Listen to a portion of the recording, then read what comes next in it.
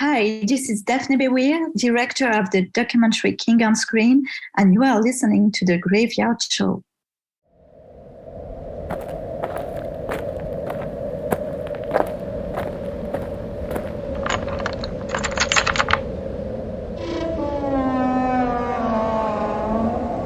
Welcome to the Graveyard.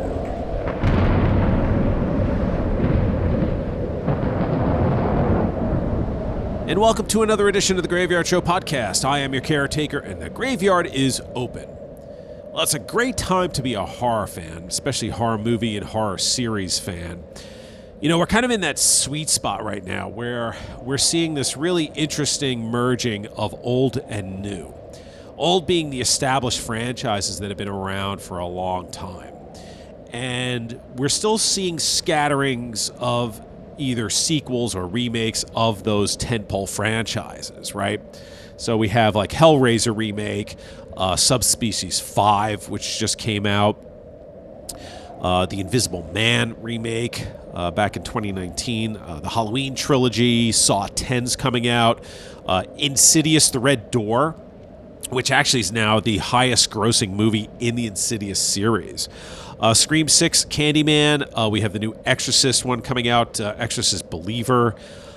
But now, you know, they're not just everywhere. We're now having that meshing with the new, right? We're seeing new filmmakers, new stories, certainly with the Jordan Peele movies, Nope, Us, and Get Out. We're seeing a new horror franchise with the Terrifier series, right? Terrifier 2 came out last year, was a huge success, to the point now where a third film is in process of being put together. And then you have the A24 movies, Hereditary and Midsommar. You also have movies like The Witch, Boogeyman, which just came out, Talk to Me, which is getting a lot of press and a lot of good buzz, Barbarian, Infinity Pool, Pearl, X, and the upcoming Maxine movies. So this is really a fantastic time because we're getting a nice mixture of stuff. It felt like 10, 15 years ago, back when I was first starting the podcast, back in 9 and 10, it was a lot of remakes, a lot of redos, a lot of reboots, that kind of stuff where it just felt like the horror genre was kind of being weighed down by that, holding on to the franchises that were so well established and successful.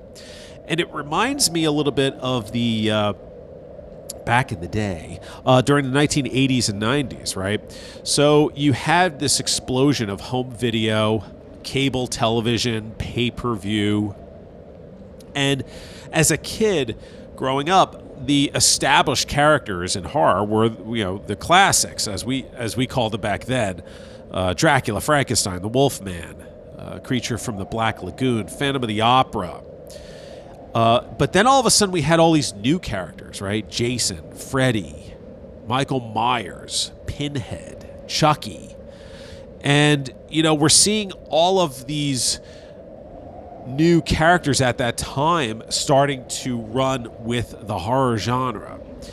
And we're having that now, right? Because we have all these streaming services out there, and there's this need for content, which is a great thing because now it's opened the door for new horror stories, new horror characters, new filmmakers, and that's what's great about this period right now. I think we're kind of seeing a turnover from what was established to something brand new, and I think we kind of need that right now. I think we're at the point now where a lot of the franchises have kind of run their limit, and it's time for something new. And I think horror fans are really kind of starving for new and interesting stories and characters. The franchises will always be there, and we will always have a great love for them. But it's great to see that there's this turnover right now from the established franchises to whole new stories and whole new characters. Is really, I cannot wait to see where things go from here. That's just my 2 cents. Let me know what you think. You can email me at gyspodcast@gmail.com. That's gyspodcast@gmail.com. Or if you're catching this online, you can leave your comments below, and I do reply to them. As you heard at the top of the show, director Daphne Baiwir will be here in just a moment to discuss her new documentary, King on Screen, which is going to be in theaters starting August 11th, and it's going to be available on demand and Blu-ray September 8th. You can also catch the trailer for the film on the Graveyard Show Podcast's YouTube channel. Speaking of which, if you are a new listener to the Graveyard Show podcast, or if you're just a subscriber to the podcast, you should seriously consider going to the Graveyard Show Podcast's YouTube channel. There is a ton more content that I'm doing for the YouTube channel, one of which is my video production called Catacombs of Horror, because, I have catacombs below my graveyard. And I like to go down there and discuss different topics in the horror genre. And this latest episode asks a simple question. Is Evil Dead the greatest horror movie franchise of all time? Now, what I do is I match the Evil Dead film franchise up against 5 other movie franchises. Now, I set up rules and parameters so it's a fair fight, and I build my house of horror movie franchises.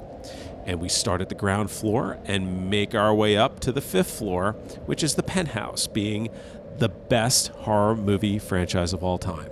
So you can check that out. It is on YouTube, and it is Catacombs of Horror, Is Evil Dead the greatest horror movie franchise of all time? And you can also catch the other videos. My favorite scenes from Count Yorga Vampire, my favorite scenes from The Return of Count Yorga, as well as Halloween 4, why I think it is the second best in the Halloween series, as well as an unfortunate missed opportunity that the Halloween series could have taken, and what best represents 1980s horror in 4 categories. And the director of the In Search of Darkness series, David Weiner, joins me on that program, and he and I both pick what we think best represents 1980s horror in 4 different categories. So you can check that out on Catacombs of Horror on the Graveyard Show Podcast YouTube channel. Now, quick news and notes. There was an interesting story this week about A Nightmare on Elm Street.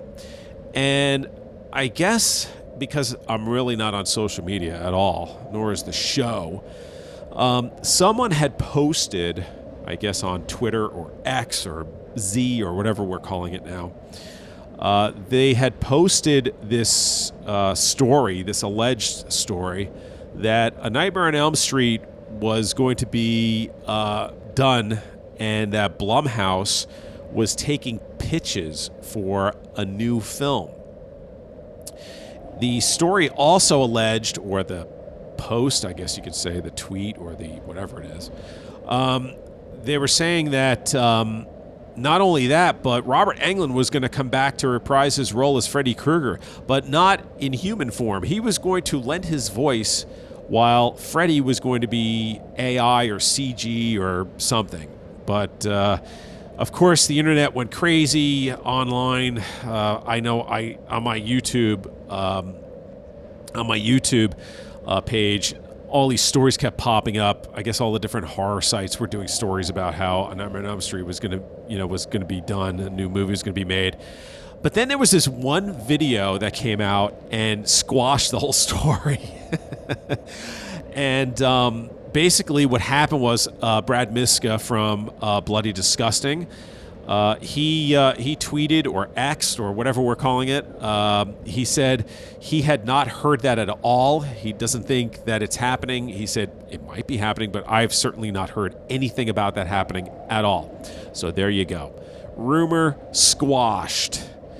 And that, my friends, is why in today's age, when somebody goes online and posts something, if it's interesting enough or tantalizing enough, people will take it and run with it. And all of a sudden, rumor becomes fact.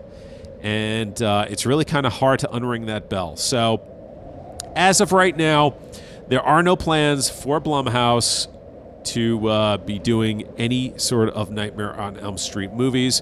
But look, could change, could happen. And it just sounded really weird that they were going to CG Freddy or AI Freddy or something. I mean, maybe in 10 years I could see that happening, just not right now.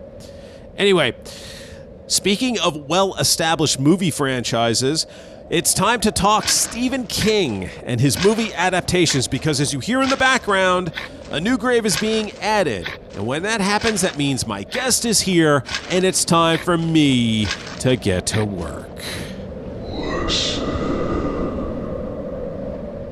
Joining me now is Daphne Baiwir, the director of the new documentary, King on Screen, which will be in theaters on August 11th and available on demand and Blu-ray September 8th. And I'm really happy to welcome Daphne to the Graveyard Show podcast. Daphne, thank you for being here.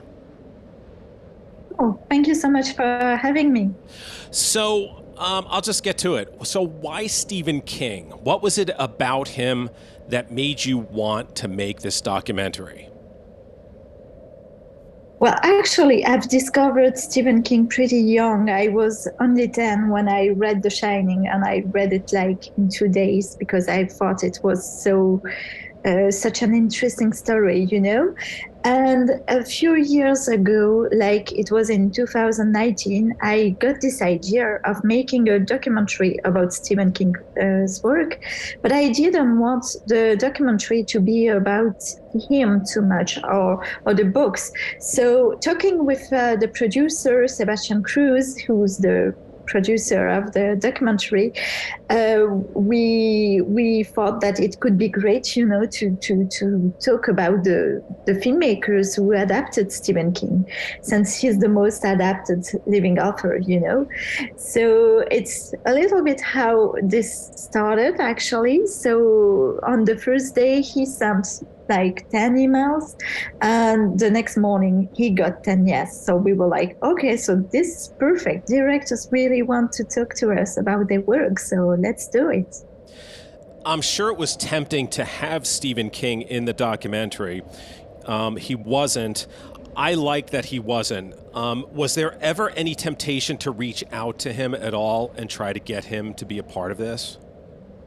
Actually, only for the fictional introduction, because we didn't want to have him like making an interview. It wouldn't have been right, you know, because at that point it would be like having two completely different documentaries stick together, you know, because it's like having Stephen King talking about adaptations.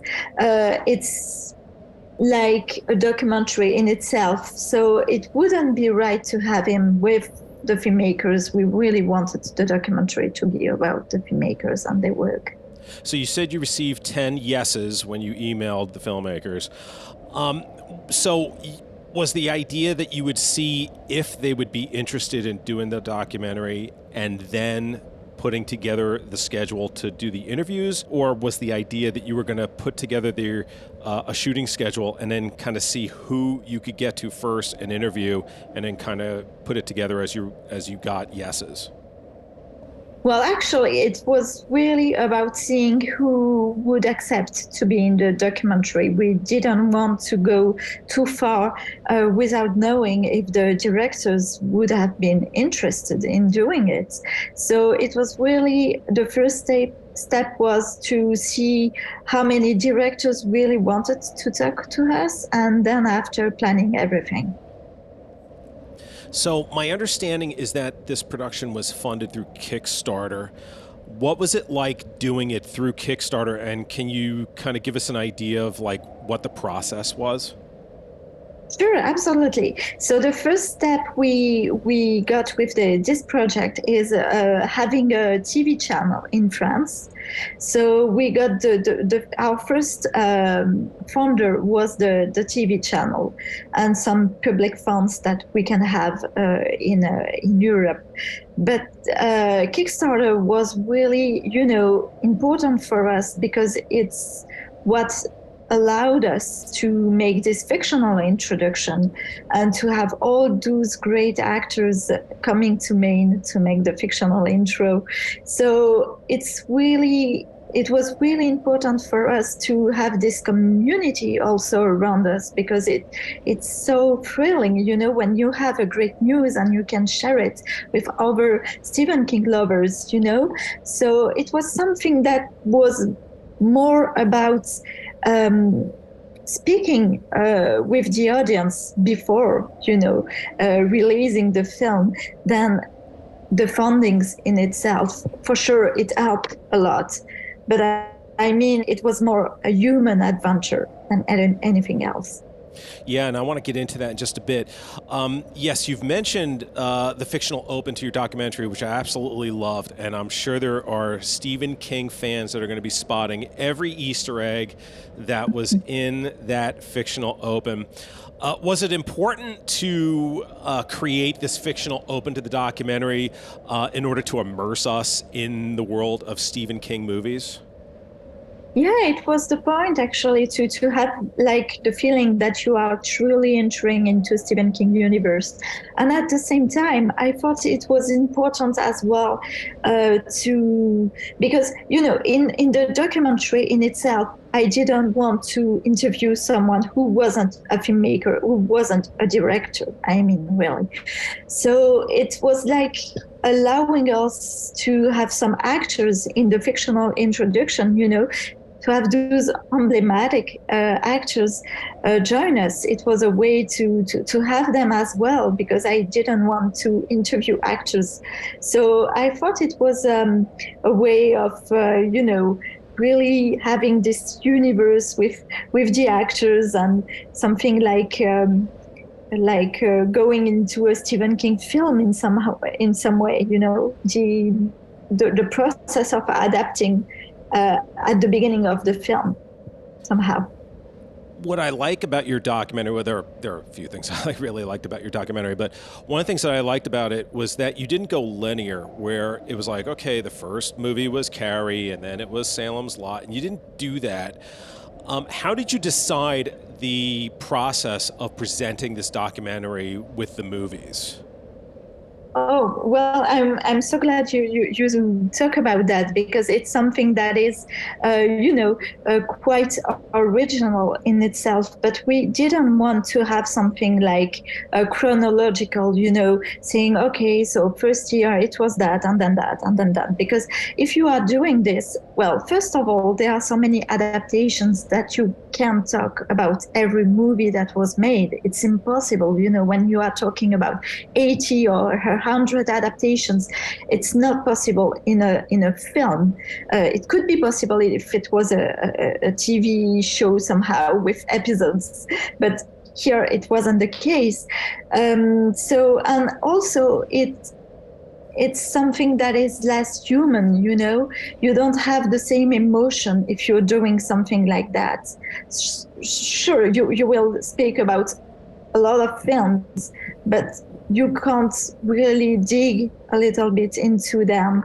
So it was something that we decided while editing the film, actually. Well, even a little bit before, we knew that we couldn't put every adaptation in the documentary, but really trying to find the right path was a work that we made during the edit process. And it was like finding each time a director who was able to throw the ball to another one, so they would answer each other. So it was really working like that and finding a right way of telling this story.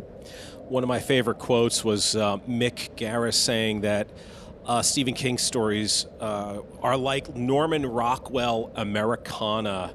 It's an idealized America that's ripped apart and sent to hell.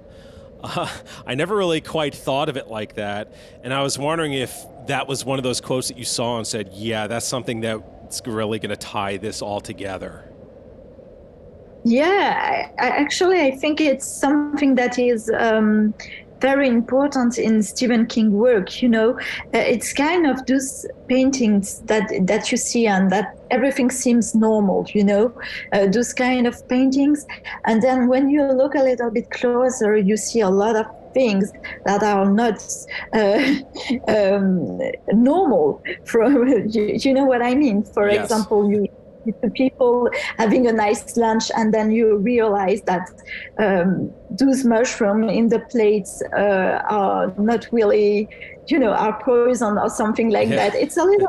I think it's it's the how I see Stephen King's work, because it's always talking about America and those small town where everybody is so friendly, and when you scratch a little bit the surface, you see a lot of things that are terribly wrong. So I think it's one of the things that I really loved in the talking to the directors. So I really wanted to have it in the film because it's so well said by Migueles. And what's so interesting to me is that seeing all these different Stephen King adaptations, you have a lot of different filmmakers putting their take on these movies, whether it's a feature or a mini series or now, through streaming, through episodes. These all have that same feeling, and it just comes out in Stephen King's characters that it doesn't matter who's directing it. There is this Stephen King world that's just created the minute you start watching these movies, no matter who makes them. And it's always so interesting to me that the one constant obviously is Stephen King, but his writing and his characters and the situations always have that same feel when you're watching it. You're watching a Stephen King adaptation when you're seeing any of these movies. It's really interesting. Yeah, absolutely. I think there is some kind of essence that is still the same, so even if the directors are not always sticking to the story, sometimes they are changing it a little, but at the end you still have this essence, that is still the same and that you find in every adaptation.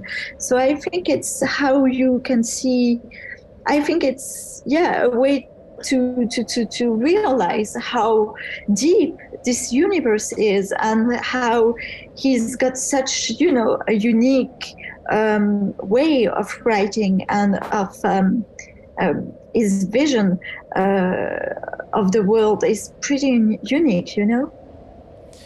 I always love learning about the development of movies and what could have been, and Frank Darabont talked about Shawshank and how Rob Reiner was originally, or one of the early people that was going to direct Shawshank, and he had mentioned that Tom Cruise was going to star in it, which, talk about a different movie.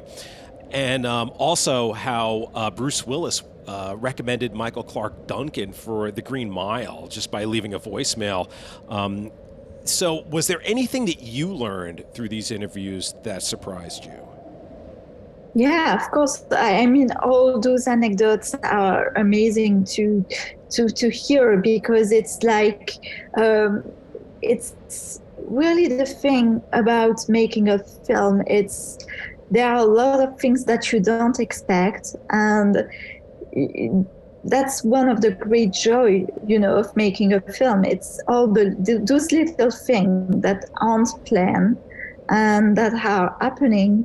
And it's what makes it so thrilling to do, And another anecdote that I really loved, but it's more as an insight of one of the film. It's the fact that in 1408 they used the same axe as in The Shining in the film. So that was pretty cool to learn it as well. Yeah, that was pretty awesome. I was like, oh, wow. Talk about a piece of trivia. Yeah. What I was glad that you did was you did spend time featuring the original Shining, the Kubrick Shining, and you didn't shy away from it because obviously everyone knows how much Stephen King at this point disliked Kubrick's version. Was there ever any hesitation in presenting the original Shining in the movie, or was it one of those things that you had to include? Well, a lot of people in my team told me that I shouldn't do it because it was like suicidal, you know. A lot of people told me you're gonna be hated for doing that. You know, people are going to hate you because there are so many Kubrick's fan, you know. But I said, yeah, sure, but you know what? That's even more a reason to do it, because I think it's important, you know, to give a little bit of Stephen King version, because it's not a film about Kubrick, it's a film about Stephen King's work. So I thought it could be great, you know, to talk about it, because I think there are so many interesting things to say about this adaptation in particular, because it's one of the well, I think it's so famous, you know. It's like one of those adaptations that everybody knows, and at the same time, it's not really Stephen King's essence that we have in that adaptation. It's really you can't see very well King in that regard. So it was something that I thought was important to discuss in the documentary, and I thought it was great having Mick Garris talking about that too, because he made his adaptation as well, and truly in collaboration with Stephen King. So I think it was really interesting, you know, to dig a little bit and talk about that, and having all those arguments as well, because we are not like trashing the film. We have directors saying that it's true. It's a beautiful film. If you watch it, it's perfect, you know, in its way. But at the same time, if you want to dig a little and to see how the characters interact with each other, but at the same time, who they really are, you can realize how much things can be, you know, a little bit, it's missing some kind of balance, you know? Yeah, and it kind of ties well together with Mike Flanagan's interview, because he would go on to direct Dr. Sleep, the sequel to The Shining. And I love the story about him talking to Stephen King about not ignoring the original movie, but to embrace it, and how he was able to talk him into accepting the fact that Dr. Sleep would tie in to the Kubrick version of Shining. I thought that was really great. Yeah, it's so interesting because Mike Flanagan did an amazing job. You know, it wasn't easy, because when you are adapting a book such as Dr. Sleep, which is really the book that is following The Shining, you know, it's really difficult when you know that so many fans hated the Kubrick version. So it was, you know, you are making a sequel, so somehow you have to be aware of the fact that when you are thinking about The Shining, you see some kind of the Kubrick imagery, you know. So I think it was quite difficult to do that, and I think Mike Flanagan did a great job, because you can even if we have the Kubrick's visual, you can really feel Stephen King. Yeah, and Mike Flanagan is such a solid director. Watching his series Midnight Mass, that itself feels like a Stephen King story that could have been. I mean, I was watching it going, man, this is exactly like a Stephen King story. It's fantastic. Yeah, he's so talented. I think he's like the new generation in horror, and he's doing an amazing job. Yeah. Well, speaking of that, you know, there is a saying that what's old is new again. And that really does apply to Stephen King, right? I mean, it's not like he ever went away, but now there are just so many adaptations and remakes that are being done on so many of his books. I mean, I thought he peaked in the 80s and 90s. That has nothing on today. What do you think it is about Stephen King that has us coming back for more and retelling these amazing horror stories? I think somehow the fact that we have more possibilities today for special effects and things like that. For example, when they did it again, I think it was, like today we are able to do so much things, that we weren't able to do before. Perhaps there is something like that, and the fact that Stephen King is always here. I mean, even if he's so active, on his Twitter account, for example, so you can't miss King. And at the same time, he's still writing books. I mean, he's writing 2 books a year, which is kind of amazing because not a lot of authors are writing so much. So I think somehow you can't, and his books are still like way high, in the top 10 books to read each year on some things like that. So I think, it's the fact that he's able to live through all those generations, and at the same time he's able to speak to every generation. So it's something that is very appealing for a filmmaker. His stories are universal.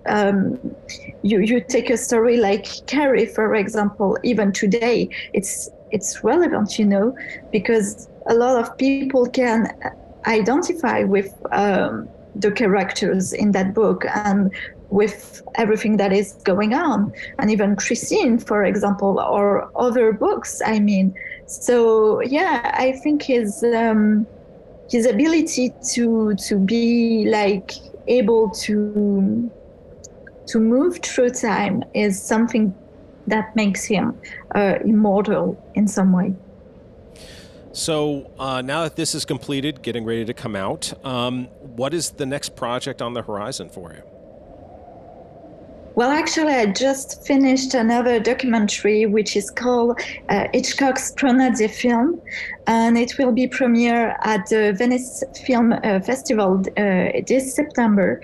And it's a documentary talking about Hitchcock's lifeboat film, which was very controversial at the time. So it's a story with the writer John Steinbeck and the filmmaker Alfred Hitchcock. So it's a little bit like in King, talking about this adaptation that went wrong. Well, I would love to have you back on this podcast to talk about that film. I'm a fan of Hitchcock's, and I think that would just be great to talk about. If anybody wants to follow you on social media, or if they want to follow the film on social media, is there any websites or any Twitter or X, as I guess it's now, anywhere they can go to find more about that? I know that the film has a page on Twitter, Instagram, and Facebook. It just, you can enter King on Screen and you will find it. As for me, I'm only on Facebook, so but I'm on it. Great. Well, King on Screen, coming out in theaters August 11th, and will be available on demand and Blu-ray September 8th. Daphne, thank you so much for joining me here on the Graveyard Show podcast. This was a lot of fun, and really look forward to having you back on the program again. Thank you. Absolutely. And as I put this interview to rest, I want to again thank Daphne for joining me here on the program. And as I mentioned, King on Screen is going to be available in theaters starting August 11th and available on demand and Blu-ray September 8th. I really can't wait to have her back on to talk about that documentary she's wrapping up about Hitchcock and Lifeboat. That's going to be great. So really looking forward to that. Can't wait to see the movie. Can't wait to have Daphne back on the program to talk about that. Now, having seen King on Screen, I'm going to give you 2 caveats. One of them I mentioned in the interview.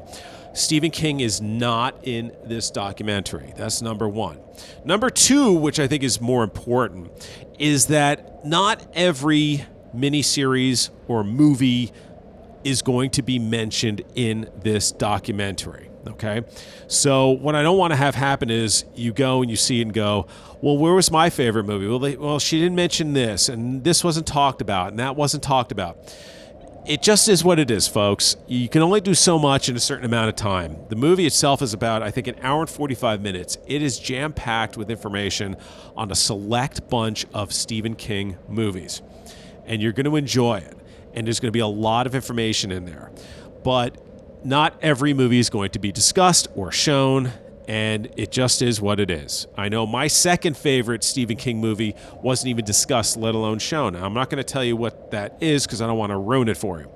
But I was fine with it. I got it. I understood it. You know, there's a way that Daphne's telling this story in this documentary, and it works really, really well, and she does a great job with it. So just know that going into this movie that, you know, you may be disappointed because your favorite Stephen King movie may not be included in this documentary.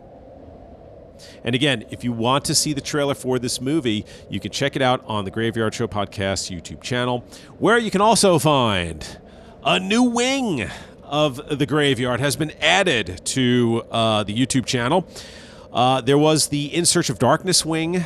There is the George A. Romero wing. And, well, I can't believe it's taken me this long to do this, but there's finally a Women in Horror wing of the Graveyard Show Podcast on YouTube. You can check out that playlist. I've had a bunch of women filmmakers, producers, actresses, writers on this podcast over the years, and it was long overdue. I can't even believe I didn't make that the very first wing here in the Graveyard. Because back in the day, I used to do Women in Horror Month when it was, originally I think it was March, then it was February. So you can find that on the Graveyard Show Podcast YouTube channel, as well as I mentioned, Catacombs of Horror. You can find the 5 video productions that I've done for that, as well as the Caretaker Reveals, where it's kind of like an unboxing or like a showing you memorabilia from horror and sci-fi. As well as you can find the old Graveyard Show podcasts, BC's Video Vault. Brian Collins used to do video reviews on the show way back when. You can find all kinds of stuff on there. Promos for this show, old promos for horror podcasts that used to be around back in those days. And check it out. The Graveyard Show Podcast on YouTube. That's youtube.com @Graveyard Show Podcast. @Graveyard Show Podcast is the handle. All right, well, the dog days of summer are here, and I hope all of you are doing well and hanging in there. It should not be much longer when our favorite time of year is beginning, and that would be September, which leads into, of course, October, Halloween time. And that's when I will see you next, not too long from now. Let's just get through summer and get these temperatures to come on down. All right, until then, I wish you well and see you soon. And as you exit the graveyard, I would like to remind you to please lock the gate behind you. We wouldn't want anyone to get out. Until next time.